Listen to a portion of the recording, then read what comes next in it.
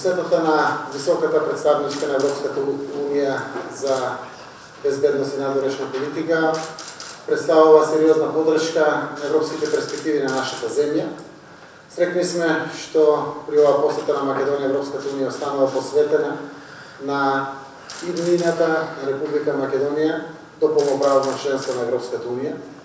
Разговаравме за следните средби кои што предстојат во понеделникот со Советот на министри и во четвртокот со Генералниот совет или Советот на премиери, каде што пред се од Македонија се очекува да се почитуваат демократските процеси, кои што се јасно изразена волја на граѓаните на изборите и преточени во парламентарни мандати. 67 мандати се нормален демократски основ за давање мандат во обид за формирање на влада.